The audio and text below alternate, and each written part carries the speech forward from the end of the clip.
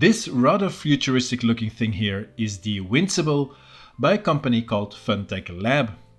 As you could probably tell from the thumbnail, it is a smoke wind tunnel device for model cars up to scale 1/18. This project started on Kickstarter over 2 years ago now, and it immediately piqued my interest. I was one of the earlier backers of this initiative and patiently waited to see if this pretty ambitious campaign would come to fruition. With the Kickstarter projects, you are of course never 100% sure if your pledge will yield any tangible results. I must admit I had my doubts at times this was not a scam or maybe just a program that would prove to be too ambitious, but as you can see, Funtech Lab came through on their promise. Just a quick disclaimer, I purchased this 1/18 Windsible with my own money. I'm not sponsored by them in any way or got it sent for free. I paid the early bird pledge for around $290, so it was definitely not cheap, but it's less than half than what it sells for now on their own webshop. As you probably know, this is actually something I've always wanted to have. I even mentioned it once before in another video. I mean, if I would have a smoke wind tunnel, I would totally play around with the models in that all the time. And now it has thus finally arrived, the Funtech Lab Windsible 18, or as they call it, the world's first desktop car model display case with aerodynamic visualization. So let's go and unbox this beastly machine then. So the first thing you get in the box is this rather large instructions leaflet. And it also doubles up as a poster with on the back a cool graphic of the contraption made out of all the names of all the backers, and yes, I spotted my name on it too. The instructions then are quite comprehensive and quite a lot to take in, so I'll do what every guy does and just ignore this all and just plug in everything and hope for the best. In this solid styrofoam block then is a first little goodie, and it is a hard plastic sort of product business card stylized as a playing card with a logo on it and everything, and is actually pretty fancy. The machine itself then is wrapped in this protective plastic and feels pretty heavy too. Another styro block has all the accessories in it, like these filters, other stuff like the attachments, the power adapters here. These are the smoke fluid bottles, pretty important, a cleaning cloth, and then of course the nozzles. But to the main attraction itself then, and let's remove the plastic bag around it. And right away, I think this looks very spectacular, even when it's not even turned on. The next step then is finalizing the assembly of the machine with all the necessary modules and cords and everything, and then try to fire it up.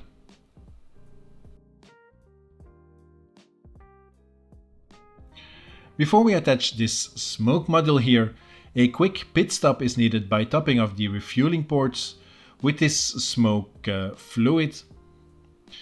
Luckily there is a tiny window in the module so you can see how much liquid needs to be poured in or is still in it.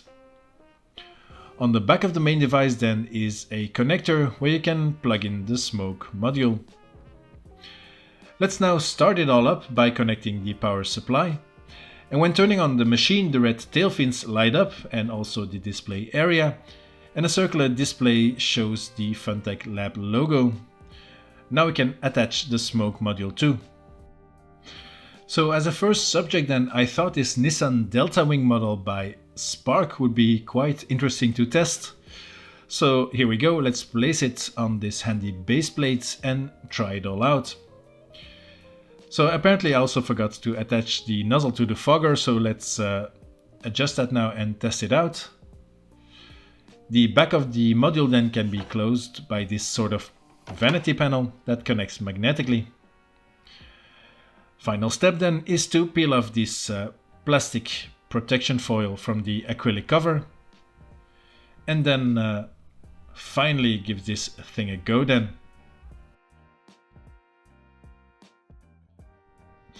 So with everything all set up then, we are not quite ready to have a go. We still have to look into the settings first. To access this menu, you need to keep this center button pressed down. The little display has a clear menu interface operated by this rotary dial. So here now we can adjust the different settings. There is the more trivial stuff like the illumination. You can also adjust the lighting zones, the intensity, and the RGB colors for the LEDs. Next up is the possibility to adjust the intensity of the red taillight or the brightness of the screen. This one here then is more important, and it is the emission speed from the fogger. Once you choose a setting, you can hear it starting up. Then there is the fog power, where you can adjust the density of the fog. Next is a fog fluid level checker, expressed here in estimated minutes of usage time. Here is the airflow speed, which you can adjust later on to in the dashboard menu. And this also triggers a very noisy part, so I'm not yet going to select anything here. This option here allows you to choose the measure unit of the scaled down airspeed in metric or imperial units. And then lastly, there is also a fair mode, which is something like a demo setting, I believe, so I'm not even going to touch that. So with all the preferred settings installed, then we can finally have a go. And as the smoke is pouring slowly into the chamber, you can tell it's quite a noisy machine. Of course, it needs to be, as it needs a fair amount of suction to get the airflow going in this test area. So it's basically like a vacuum cleaner sucking the air out. At low airspeed, then you can see the smoke lines dropping quickly, falling onto the model. You can adjust the speed, of course, by turning up the dial. On the dashboard, then you can see the estimated scaled airspeed. And I mean, look at it. This is unbelievably cool. And it's really something that I've always wanted to have. As I said, I just love how it gives you an opportunity to study the aerodynamic properties of these cars. I mean, come on, this is really amazing. You can also adjust the positioning of the car to see the smoke in some other parts. Or you can also, of course, adjust the nozzle to provide a different kind of visual. Once you are all done, you can dial the knob all the way back down, triggering a brief moment of more powerful suction to clear the area from most of the smoke. To enjoy this machine even more, I also purchased the magnetic base extension kit. This comes with a bunch of pretty strong magnets that connect to the metallic base. And with these things you can adjust the angle of the subject inside or just lift it up a bit to allow the airflow to hit different parts of the model. The best part of this kit though is this flexible smoke tube, and this allows you to manipulate the airflow in real time. I mean, this is such a nifty upgrade, I think. Just a quick reminder everyone that I'm doing a live stream soon, date to be confirmed still. I'll be doing a full build of this Lego Lewis Hamilton Ferrari helmet set, so if you want to see that, tune in for the live stream. During the stream I will also be doing a Q&A session, so if you want to ask me some questions live on air, I'll be happy to answer them. Or you can also send me any questions you have via DM on Instagram. There's a link on my YouTube homepage for that. You can also leave me a comment in this video. I'll include those as well in the course of the stream. So join in for the fun when the video goes live or through your questions sent via all the aforementioned channels. But now let's go back to the video. So in the meantime, I've, unsurprisingly, have been playing around with it quite a lot. A bunch of different types of subjects have been in it, from F1 cars, modern like this Mercedes W13 with its infamous zero-pod concept, or also some classic F1s like this James Hunt's McLaren M23. Sports cars then are a thankful subject too, and maybe even work better as they have these covered up wheels. MotoGP bikes then are cool to see too, but of course they usually don't have a rider figurine on them, so this kinda skews the result. I even tried some mini helmets, which is surprisingly satisfying.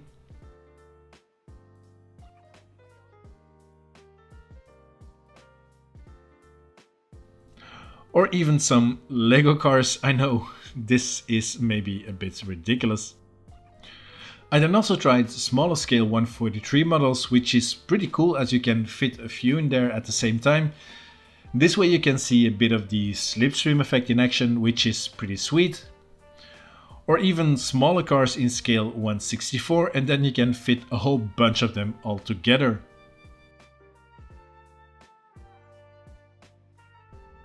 So as you can tell, I already had a lot of fun with it. This machine has certainly lived up to the high hopes and expectations I was holding. It's not completely perfect, I'll happily admit that. It's a bit noisy. After some time the smoke fills the whole room the machine is operating in. And it does leave a tiny bit of residue too on the chamber and the objects. Scientifically, it's certainly not 100% accurate either. I mean, most models don't have real air intake openings where the air normally would stream through. The wheels of the cars also don't rotate, which has a big impact on the aerodynamic flow. In this relatively small scale, gravity also affects the airstream massively, as you can see in slow speeds. The device then is also a bit cumbersome, although the design itself can be faulted, I think. Finally then, this machine was also quite costly and needs some maintenance with filter replacements and restocking of the smoke fluid bottles whenever they run out. The upgrade kits with the magnets and that flexible smoke tube was also at an extra cost, of course. But now, in all honesty, I think this machine is still worth every penny that I spent. Now, that's easy for me to say as I purchased it at a much lower price on the early bird deal on Kickstarter as opposed to the regular retail price it is sold at these days. So a fair question would be then, would I still buy one now? Well, frankly, I think not. Now, don't get me wrong, it's not that this isn't a good device. It does everything I hoped it would do, and I'm sure I'll even have more tons of fun with it than I already have had. But to pay around €600 for what is, put bluntly, just a very big gadget, that's maybe a bit too much, for me at least. Now, just to be clear, this has nothing to do with the company itself. I truly admire their initiative and they put their money where their mouth is. There are also more affordable options available in smaller scale, 124 or even 164, and they have a few more interesting projects going on as well, aside from the Windsible. So I certainly understand all the effort and costs that went into this project and can absolutely defend their pricing from that point of view. Let's just end it by saying that I'm hugely grateful they honored the commitments of the backers on Kickstarter and developed, produced and distributed this beautiful machine. Sometimes you have to splash out for something really special, and this Windsible is certainly that. So now I'd like to ask you, would you have splurged the cash on a device like this, or do you think it's all a bit too much? Let me know in the comments. Thanks for watching this review of the Windsible Modelcar Windtunnel. I hope you enjoyed it. Leave a like if you did, and don't forget to subscribe to the channel if you aren't already. Check out the other content too, like this collection overview video from 4 years ago already. Oh my god, I really need to do another one. But okay, in the meantime, take care and I'll see you again in the next one.